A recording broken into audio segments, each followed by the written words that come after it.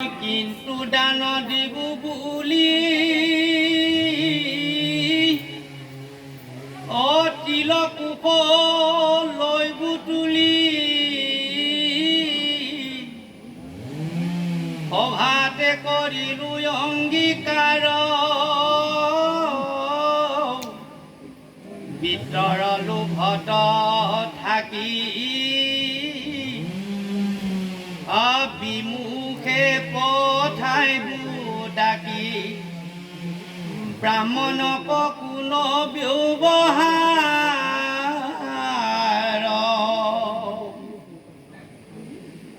এৰাম মই প্ৰহ্লাদৰ নাতি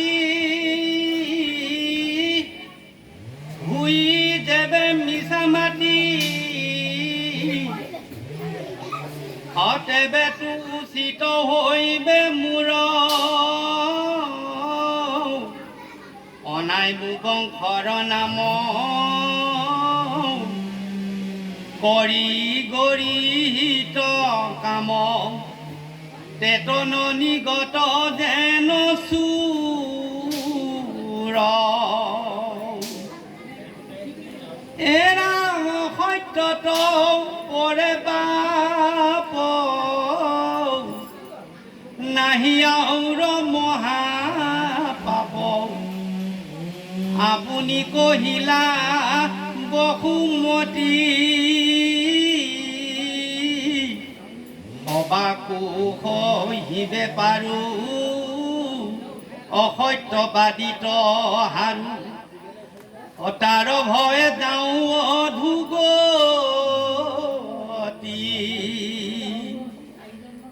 এৰা নৰকত কবাস মৃত্যুক নকৰো তাক ৰাজসী খবে হৌক নষ্ট ইখে মোৰ হৃদিখেদ যেন দেখি আশাছে দ ব্ৰাহ্মণৰ হৈ মন কষ্ট সন্তৰ হে নখে হিয়া দুষ্টৰ্য প্ৰাণক দিয়া পৰকে কৰে উপকাৰ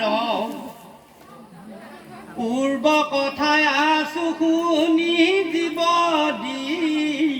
দধিছি মুনি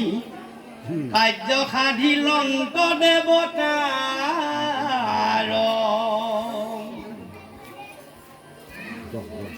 হে নাম যতে কদৈ তেন্দ্ৰ জাক জগতে নাতিলে তাক তেখম্বেও কালে নষ্ট ভৈল জকমাত আছে ৰহি ইটো চাম তত মহি দেখা কাৰো লগত নগৈল এৰাম এবে গুৰু হেন জানি অনুবোলো নিষেধ বাণী বক্তুক অৱশ্যে দিবু দান কৈলো মই সাৰে সাৰ নলাৰিবু অংগীকাৰ যদ্যপি মুহুৰ দায়ী প্ৰাণ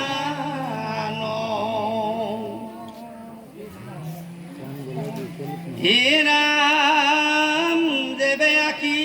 আশা হৰি আমাক কপট কৰি তথাপি মুহুৰ মহাভাগ যাহাৰ প্ৰতিমা সাজু তেৱেখে যজ্ঞ যজু তাহাংক খাই খাতে পাই বোলা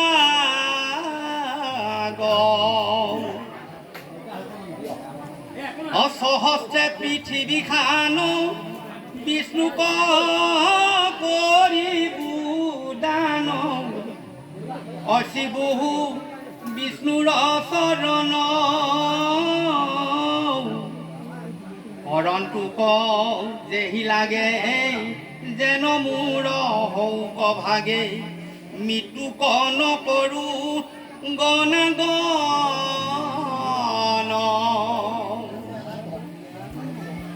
হে ৰাম যদ্যপি কপট কৰি আমাক বান্ধন্ত হৰি বিনায় অপৰাধে দিকে তথাপি ধৰ্ম কচাই হিংসিবাক নোযোৱাই ভয়ে ভৈল ব্ৰাহ্মণৰ বেশ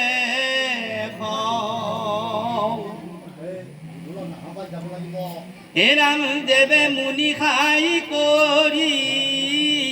আখিলন্ত হন্তে হৰি তেবে দুধ দিলো হন্তে সাজি তাহান হাততে মৰু নুহিবা তাহাক মাৰো তেবেকে এৰিলো হন্তে আজি কোটি ব্ৰহ্মাণ্ডৰ স্বামী জানি দান দেৱা আমি তথাপি দণ্ডত যদি মোক মোৰ কোন হানি হৈল বিষ্ণুৰ ৰল তাহাক হাসিবে সৰ্বলোক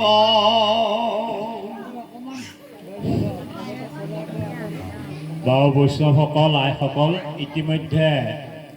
আমাৰ এই ছবি খণ্ডটো অষ্টম স্কন্ধৰ দশম অধ্যায় 24 স্কন্ধ চলি আছে ছবি ইয়াত ইতিমধ্যে বলি ৰজাই এতিয়া শুক্ৰাচাৰ্য গুৰুক কৈছে হে গুৰু মই প্ৰতিজ্ঞা কৰিলোঁ মই প্ৰতিজ্ঞা লংঘন কেতিয়াও নকৰোঁ তেওঁ লাগিলে স্বয়ং ভগৱন্তেই হওক বা অন্য কোনোবাই হওক মই সকলোকে ভগৱন্ত স্বৰূপ দেখিছোঁ আৰু মই যি প্ৰতিজ্ঞা কৰিলোঁ এই প্ৰতিজ্ঞা মই পালন কৰিমেই যেহেতু গৃহস্থী ধৰ্মৰ প্ৰতিজ্ঞা ৰক্ষা কৰাটো এটা মূল ধৰ্ম যদি প্ৰতিজ্ঞা কৰি মই প্ৰতিজ্ঞা লংঘন কৰোঁ মোৰ সৰ্বস্ব হানি হ'ব বুলি ভাবি যদি মই প্ৰতিজ্ঞা লংঘন কৰোঁ তেতিয়াহ'লে কোটি কোটি পুৰুষ মই নৰকগামী হ'ব লাগিব হেন জানি মোৰ পূৰ্বৰ বংশৰ ফালৰ পৰাও মোৰ বংশধৰসকলেও এনেকুৱা কোনো কাৰ্য কৰা নাছিলে আৰু ময়ো কৰিব নোৱাৰোঁ আমাৰ বংশত বহুত ডাঙৰ ডাঙৰ ৰজা হৈছিলে হিৰণ্যকশিপুৰ হিৰণ্যাক্ষৰ তেনেধৰণে প্ৰহ্লাদ বলি প্ৰহ্লাদ বিৰোচন আৰু এতিয়া মই বলি আহি পাইছোঁ গতিকে আমাৰ এই উপৰি পুৰুষসকলে ইমান ডাঙৰ ডাঙৰ কৰ্ম কৰি থৈ গৈছে যিখিনি কৰ্মৰ দ্বাৰা বা পৃথিৱীত যিমানখিনি উৎপাদন কৰিলে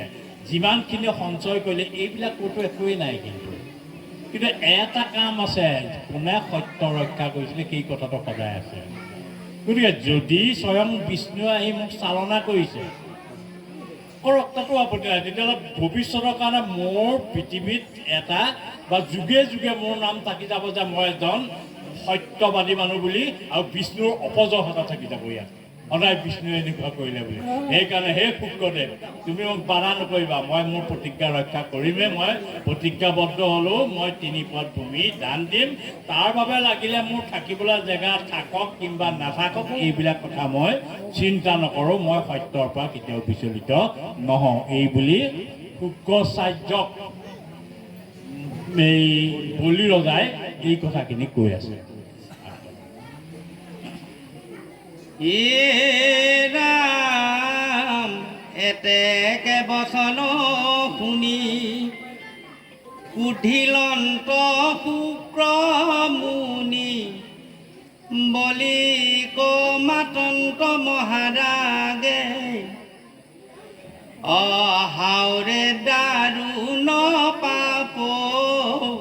মোহ হুয়াই আপোনাক পণ্ডিত বখান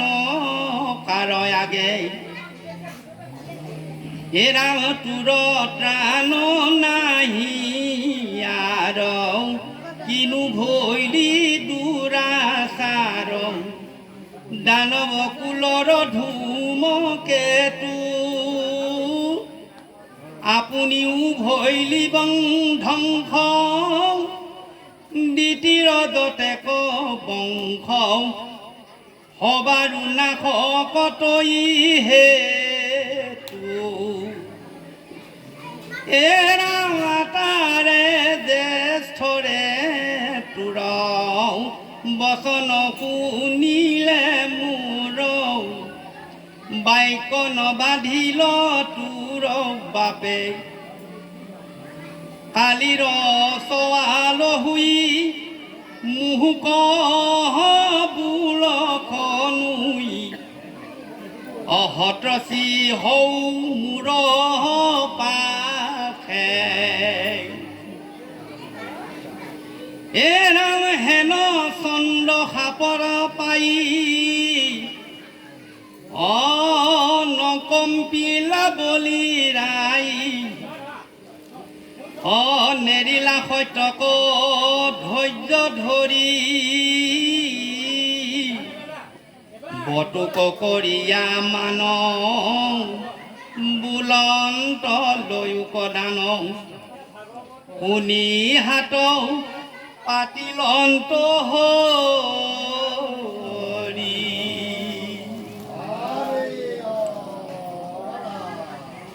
এৰা তিলকুল লৈলা তুলি দেখি পাছে বিন্ধাৱলী সুবৰ্ণ ভিংগাৰ তুলি লৈলা দেখি মৰ্মে পুকৰিহি জাৰিৰ ভিতৰে পখি অনানি নালিৰ বাটক ভেটি ৰৈলা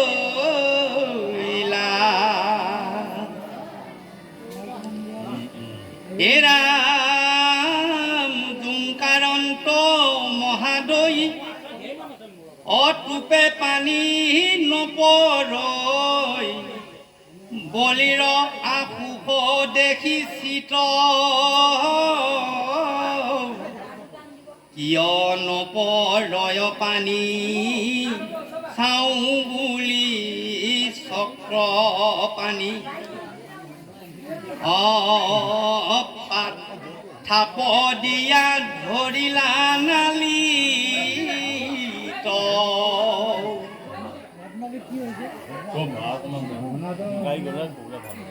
এৰা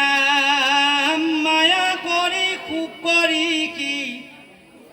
জাৰিৰ ভিতৰে পখি বাট ভেন্তি নালিত আছয় চক্ষু পকাই তেৰ কৰি বুলন্ত ব্ৰাহ্মণ হৰি হাতত কুশৰ জোনতালৈ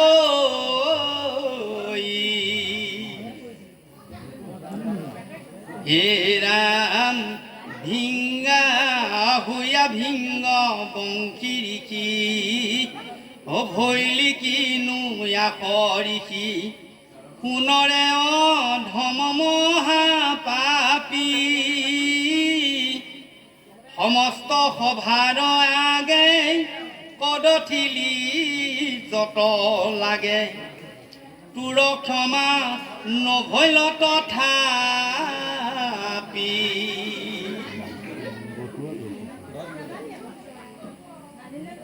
এৰাম উহিতুনে ৰখ চুনচা মাৰিলা পুখৰ সোনচা পুকৰ চকুক লক্ষ্য কৰি এক চকু ভৈল কাণ মৰু মৰু যাই প্ৰাণ বাজ হুয়া পৰিল এই বৈষ্ণৱবৃন্দ আইসকল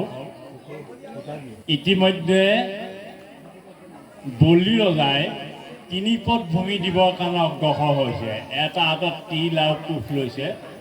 লোৱাৰ লগে লগে বলি ৰজাৰ পত্নী বৃন্দাৱলীয়ে এই কমণ্ডলুটো দাঙি আনিছে। যিহেতু তিল কুশৰ লগত কমণ্ডলু জল দি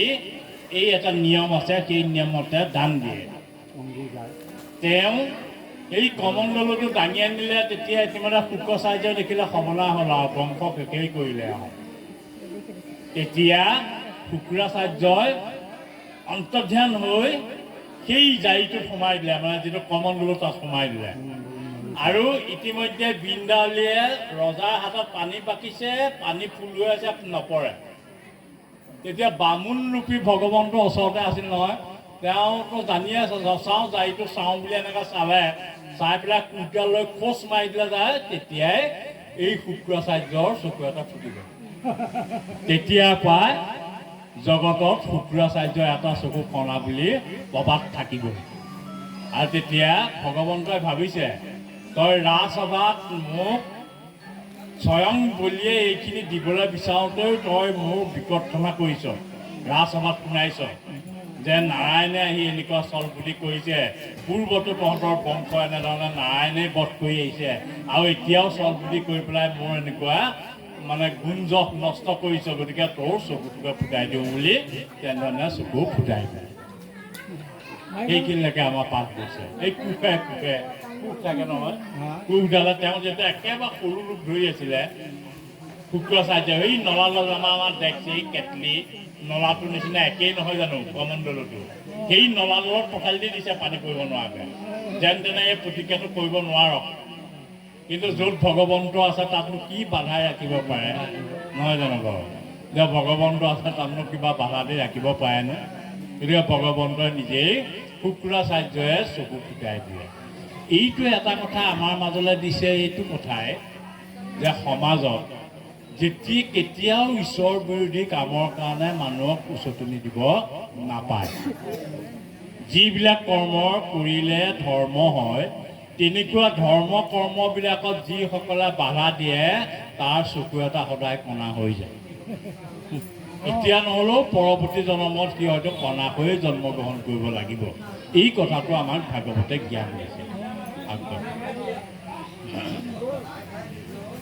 হে ৰাম অকাৰ্যত দিলে খাপ, সিহেতু পাইলে কটাপ, কি কহিব কুকৰ বিলাই, হেন জানি নৰলোক পৰহিংসা এৰিও কওঁ, হয় আপোনাতে অবিলম্বে হুই। এ ৰাম যত দেখা ভূত প্ৰাণী, হবে বিষ্ণু হেন জানি, হিংসা এৰি কৰাই উপকাৰ, বিষ্ণু কমনত ধৰা, শ্ৰৱণ কীৰ্তন কৰা, অনিশ্বৰী মা তেবেশে সংসাৰ।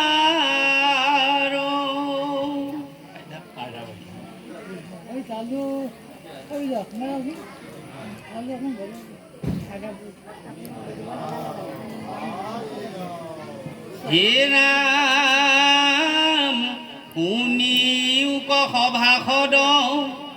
কৃষ্ণৰ কিংকৰে পদ, বিৰচিলা শংকৰে সম্প্ৰতি,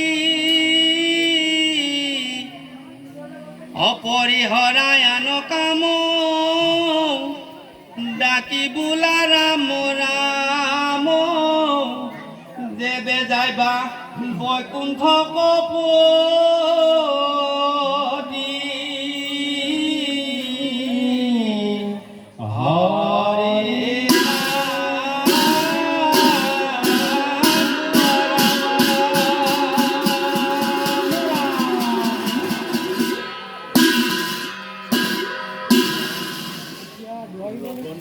Right.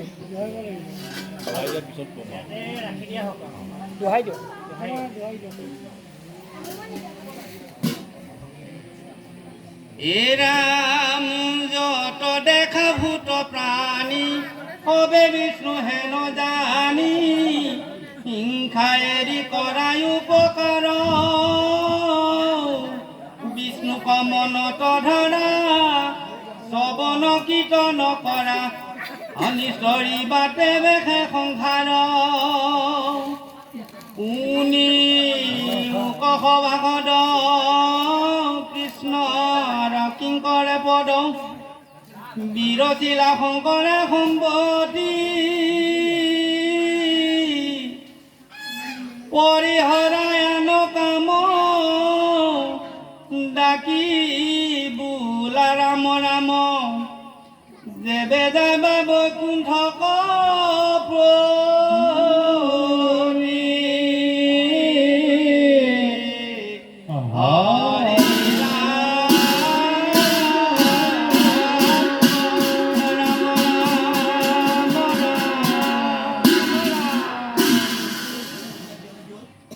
এই পৰম বৈষ্ণৱসকল ইতিমধ্যে আমাৰ অষ্টম কণ্ড ভাগৱতৰ এই শেষৰখিনি মহাপুৰুষ শংকৰদেৱৰ বিৰচিত মহাপুৰুষ শংকৰ গুৰুজনাই আমাৰ ভকতসকলৰ উদ্দেশ্যে এইখিনি বাক্য আমাৰ মাজলৈ দিছে এই অষ্টম কণ্ড ভাগৱতৰ দ্বাৰা যি কাহিনী আমাৰ মাজলৈ পাঠকসকলে পাঠ কৰি শুনাইছে আৰু ভক্তসকলে আমি শ্ৰৱণ কৰিছোঁ ইয়াৰ মাজত এটা কথা উল্লেখ কৰিছে এই বলি আৰু বটু ৰূপী ভগৱন্তক কাহিনীৰ মাজেদি মহাপুৰুষ শংকৰদেৱে উপদেশ দিছে এই বুলি শেষত যে এই গৃহস্থী সংসাৰখনত আমি বসবাস কৰাৰ পিছত কোনোদিনেই আমি হিংসা খিয়াল এইবিলাকৰ আশ্ৰয় ল'ব নালাগে আৰু অসত্য পথেৰে কোনো ধন বা সা সম্পত্তি ঘটিব নালাগে এনেধৰণে অসত্য পথেৰে ঘটা বা অহংকাৰ অভিমানেৰে যিখিনি কৰ্ম কৰা যায় সেইবিলাকৰ পৰা ঈশ্বৰ প্ৰাপ্তি নহৈ ঈশ্বৰ বহু দূৰতে বিদূৰ হৈ থাকে আৰু তেওঁ কোনোদিন সমস্যা নুগুচিব যিসকলে ভগৱন্তক একান্ত মনে ভগৱন্তক ধ্যান ধাৰণা কৰি সমস্ত কৰ্ম সম্পাদন কৰি গৈছে সেইসকলক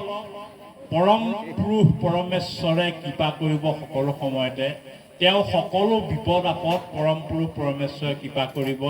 আৰু তেওঁ ইহ সংসাৰ বা পৰ সংসাৰত সকলোতে তেওঁ শান্তিময় সুখময় সংসাৰ লাভ কৰিব পাৰে বুলি এই কাহিনীৰ মাজেদি আমাক উল্লেখ কৰিছে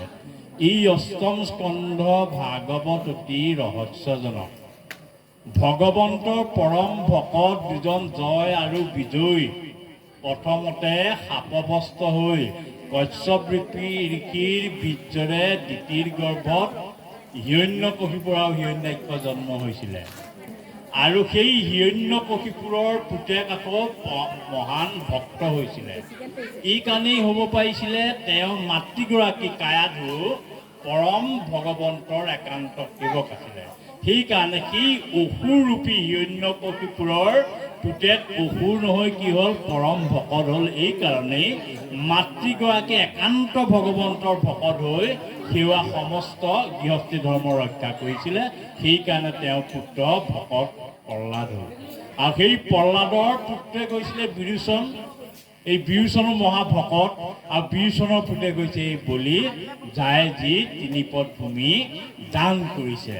অৰ্থাৎ এইখিনিত এই দান যে তিনিপদ ভূমি দান কৰিছে এইখিনিলৈকে বলিৰ যিটো অহংকাৰ আছে অভিমান আছে স্বাভিমান আছে এইসমূহ ভক্ত কল্পতৰু ভগৱন্তই নাশ কৰিব অৰ্থাৎ এইসমূহ যেতিয়া নাশ কৰিব তেতিয়াহে ভগৱন্তক লাভ কৰিব ভগৱন্তৰ সান্নিধ্য লাভ কৰিব গতিকে আমাৰ ইহ সংঘাত আমাৰ এই দেহটোৰ যেতিয়ালৈকে গাত শকতি থাকে যেতিয়ালৈকে ধন ধান আমাৰ ঘৰত থাকে তেতিয়া আমি অহংকাৰ অভিমানত ক'ব নোৱাৰা হৈ যাওঁ সেই উদাহৰণেই ইয়াত দেখুৱাইছে যে ধনৰ গৰ্ভত বলি হোৱা ঐশ্বৰ্য সম্পত্তি গৰ্বত বলি হোৱা বা গৰ্বিত হোৱা এইবিলাকে ঈশ্বৰত্ব প্ৰাপ্তি পোৱা মানুহক আঁতৰাই নিয়ে। গতিকে সেইকাৰণে বলি পৰম ভকত তেওঁ যি অহংকাৰ আছিলে, যি ধন সম্পদ ঐশ্বৰ্যৰ প্ৰতি তেওঁ ক'ব নোৱাৰা হৈ গৈছিলে, সেই ভক্তক ঘূৰাই নিবৰ কাৰণে তিনিপদ ভূমি চলাই সমস্ত বস্তুকে ভগৱন্তই কাঢ়ি নিছে। অৰ্থাৎ ভকতক এইবিলাকৰ প্ৰাপ্য নহয়। ভকতে ধন সোণ ঐশ্বৰ্য সম্পত্তি এইবিলাক তেওঁ নিবিচাৰে। বাৰু যি কি নহওক, এই কাহিনীৰ মাজেদি আজি এই পবিত্ৰ কৰ্মত আমাৰ বাবুল বৰাই তেওঁ পিতৃ স্বৰ্গীয় কমল বৰাৰ সোঁৱৰণত এই ভগৱন্তৰ গুণানুকীৰ্তন কৰি তেওঁ পিতৃ উপলক্ষে যি সেৱা আগবঢ়াইছে, যি পিতৃ কৰ্ম কৰিছে, এই ক্ষেত্ৰত অতি আদৰণীয়। যাৰ দ্বাৰা আজি আমি অন্যসকলো তেওঁ পিতৃ শ্ৰদ্ধা কৰাৰ লগতে ইয়াত ভাগৱত কীৰ্তন শ্ৰৱণ কৰোৱা হৈছে। পিতৃ সন্তুষ্ট হোৱাটো হোৱাই ইহলোকত থকা যিসকল ভকত বৈষ্ণৱক মাতি আনিছে, সেইসকলকো তেওঁ উদ্ধাৰৰ একোটা সুন্দৰ পথ ইয়ালৈ আগবঢ়াই দিছে। তাৰ কাৰণে আমি তেওঁলৈ ধন্যবাদ জ্ঞাপন কৰিছোঁ। যিহেতু ভগৱন্তৰ গুণানুকীৰ্তন য'ত কৰা হয়, য'ত আমাৰ ধৰ্মশাস্ত্ৰই কৈছে না হং তিষ্ঠামি বৈকুণ্ঠে যোগিনং হৃদয়ন্যস্য মদ ভক্ত যত্ৰ গায়ন্তি তত্ৰ তিষ্ঠামি নাৰদ। অৰ্থাৎ এইখিনি কথা মহাপুৰুষ মাধৱদেৱে ইমান ধুনীয়াকৈ বাক্য গঠন কৰিছে। এই বুলি মহাপুৰুষ মাধৱদেৱে লিখিছে, একান্ত ভকত হবে নিৰ্গুণ কৃষ্ণৰ গুণ গাৱে সদা বসিয়া যথাত বৈকুণ্ঠ কপৰি হৰি যোগীৰ হৃদয়েৰি থাকা হৰি সাক্ষাতে তথাত। ইমান ধুনীয়া কথা এইখিনি আজি বাবুল বৰাই ইয়াত প্ৰকাশ কৰিছে। অৰ্থাৎ যেতিয়া ভগৱন্তৰ ভক্তসকলে একান্ত মনে ভগৱন্তৰ গুণানুকীৰ্তন কৰিব, তেতিয়া ভগৱন্তই কৈছে মই বৈকুণ্ঠতো নাথাকোঁ, আৰু মোক যিসকলে যোগ ধ্যান কৰি আছে তাৰ হৃদয়ৰ পৰা ওলাই আহি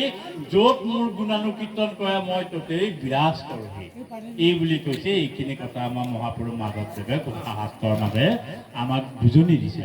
গতিকে আজি এনেকুৱা পবিত্ৰ কৰ্মত এই ভাগৱতৰ গুণানুকীৰ্তন, ভাগৱত হৈছে এক আধ্যাত্মিক জ্ঞান প্ৰকাশ কৰা এখন শাস্ত্ৰ। যেতিয়া ভাগৱত বুলি আমি ভাবি দিওঁ, তেতিয়া আমাৰ হৃদয়খনত থকা অন্ধকাৰখিনি কিছু কমি যায়।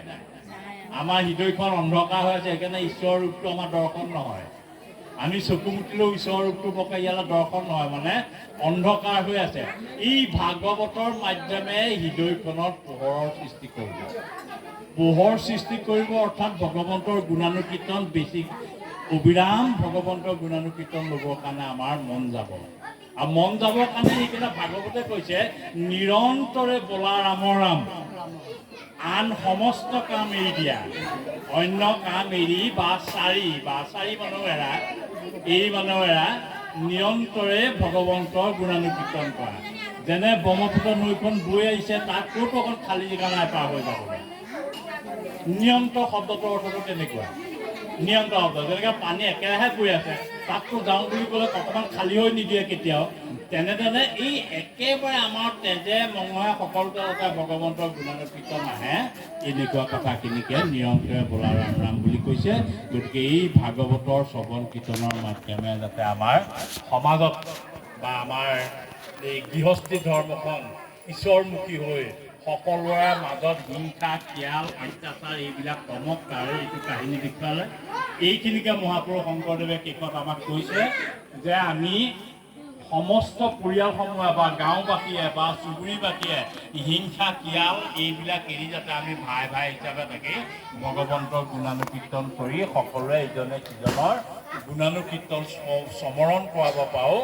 এইখিনিয়ে কামনা কৰিবৰ কাৰণে উপদেশ দি অষ্টম খণ্ড ভাগৱতৰ দশম অধ্যায় ইমানতে সামৰণি। হৰি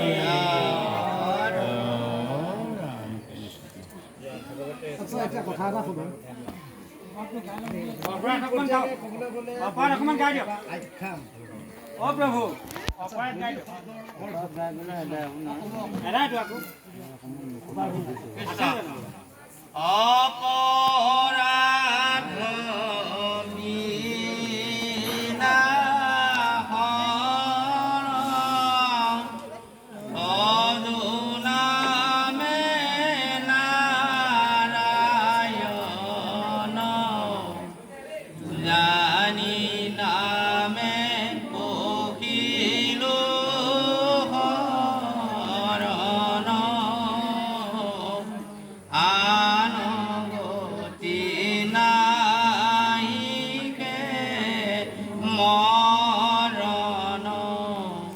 অপৰাধ অপৰাধ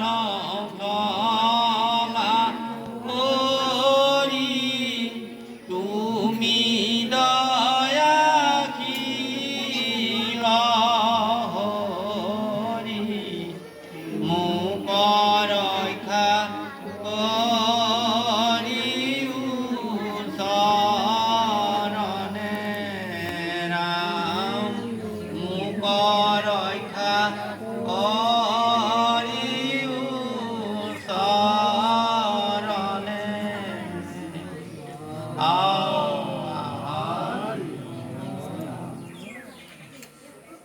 ভাগৱত খেলা তালটো মাৰি দিবা আৰু সংসাৰ বনাব